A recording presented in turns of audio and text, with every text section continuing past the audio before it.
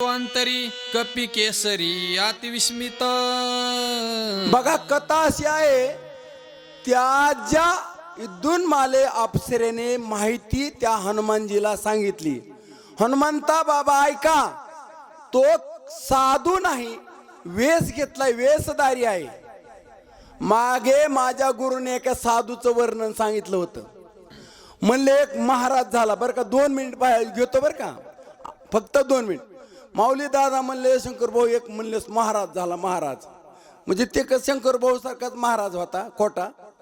म्हणलं फार जट्टा वाढविल्या, एवढं जट्टा वाढवल्या, जट्टा वागवायला 4 शिष्य माझ्यासारखे गपक्याची गपके, आमच्या माऊली सारखे जट्टा वागवाय 4 शिष्य. एवढे महाराज, गाव पिटीला महाराज आले, सगळे पिटीचे लोक एकत्र व्हायचे. ह्या पांडव महाराजांना जसं मोठं स्टेज करायचं, महाराजाची पूजा पाठ येते. मग कुणीतरी चतुर माणसानं विचारायचं, महाराज आपलं वय काय? तर महाराजांना नुसतं एकच उत्तर महाराजाकडे होतं की प्रभू रामचंद्राच्या लग्नामध्ये तूप वाढायचं काम माझ्याकडे होतं. हे माऊली दादा शब्द माझे नाहीत. असं प्रत्येक गावात असंच म्हणायचं. पण एका गावात आमच्या चतुर्भुज दादासारखा चतुर माणूस भेटला आणि आमच्या तांबडे बाप्पा पाठीमागे होते. म्हणले दादा विचारा म्हणले विचारलं. म्हणले महाराज वय काय? अरे म्हणले वय काय म्हणतो, प्रभू रामचंद्राच्या लग्नामध्ये तूप वाढायचं काम होतं. आमचे परमेश्वर बाप्पा आले आणि 2 कानाखाली शंकर बाबाच्या वाजविल्या. धावले बा शिष्य. म्हणले का हो महाराजाला मारता? अरे म्हणले तवापासून ह्याला उडकतो. कवापासून? माझ्याच एकल्याच्या पात्रावर तुफ्याने वाढलं नव्हतं, आज हुडकाला. म्हणले महाराज वाचा महाराज. तसा एक खोटा साधू, खरा साधू नाही. गेली असता स्वर्गांगनाचार्य वर्तले कपिनंदना. विचार आदरिला निजमना दुष्ट हनना लागुनी. हनुमानजी म्हणाले वा वा वा वा, काय साधू म्हणले. या साधूचं त्या विद्युत मालेवरले त्या अप्सरानं आपल्याला सांगितलं.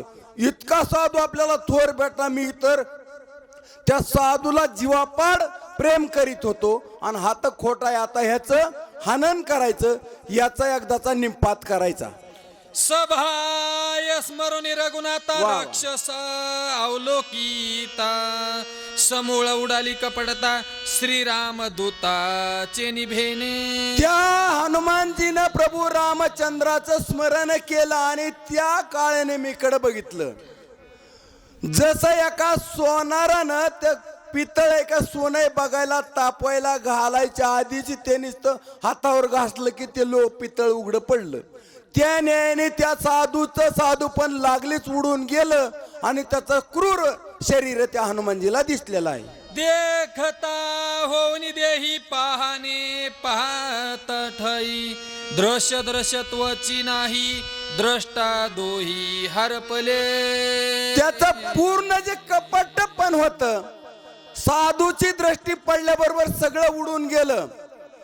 कसं आहे बघा, नकली तवाच उघड पडतं. झाकायचा प्रयत्न करतो. आता माझ्यासारखा माणूस एक शब्द जर इथलं जर एखादा नारळ चोरून नेला, नाही आपण नेलाच नव्हता, ते एका नारळासाठी 10 बऱ्या खोटं बोलतो.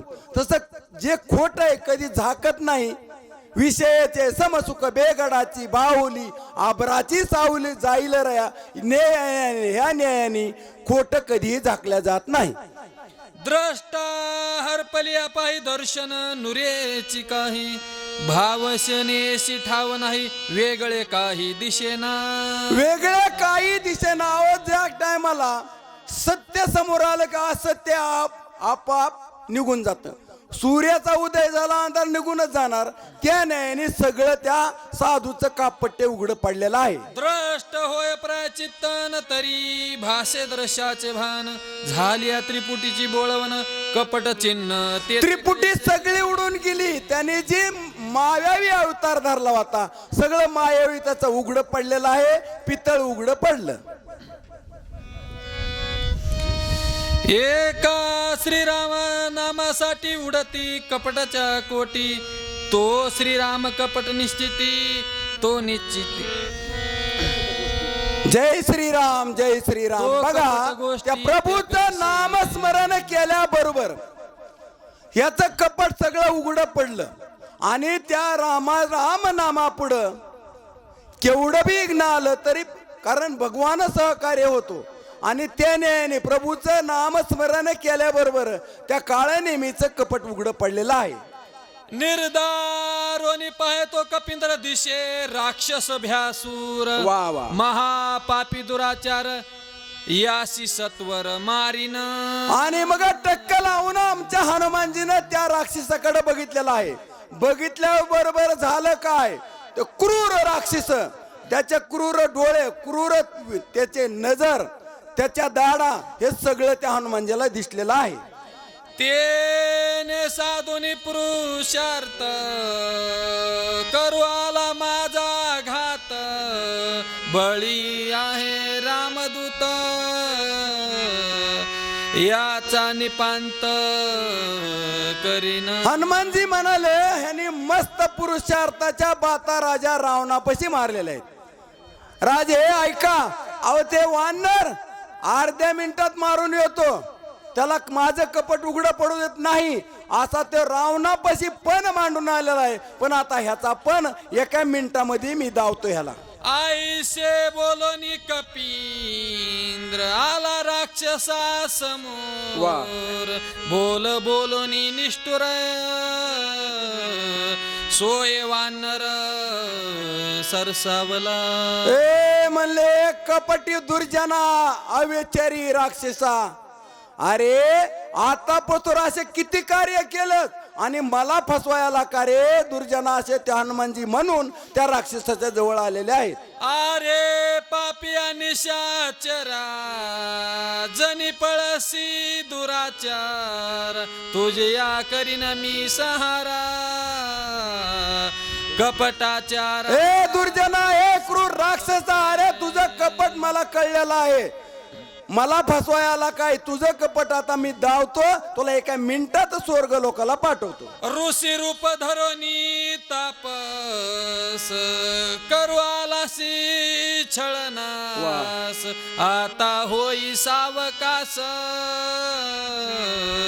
करी उदास निजबळे. काय मस्त ऋषीचं रूप धरलंच म्हणले, जटा वाढवल्यात काय, माळा घातल्यात काय, गंध बुका मस्त मळवट भरला काय, भस्म सगळ्या अंगाला लावलं काय, मस्त ऋषीचं वेश धरलं का. आताच जसं महाराजाचं पाठीमागचं सांगितलं तसा अवतार धरलाच आणि मला फसवायला आलेला आहे. माझे हाते त्वरित आज नवाचशी जीवे जीत, ऐशे जाणून निश्चित करी पुरुषार्थ निजबळे. ए म्हणले राक्षसा, एवढं तो नाटक बनवलं, नाटक रंगवलंच काम, मला फक्त सूर्योदयापर्यंत इथं गुंतवायचं आहे. तुझं नाटक आता उघडं पडलेलं आहे आणि तुझ्या नाटकाचं आता मी चांगलं सपाट करवतो आहे. आईसे बोलता मारवती सरसावला राक्षस मूर्ती, रणी जिंकावया कपिप्रती साठोपचित्ती मांडिला. आणि मग मस्त त्या राक्षसाने मग त्याला असं वाटलं की आता हनुमानजीला कळलेलं आहे, मग काय करू, हनुमंताला इथं आपण मारून टाकू, याचा निपात करू, आणि त्या हनुमानजीकडे तो राक्षस सरसावलेला आहे.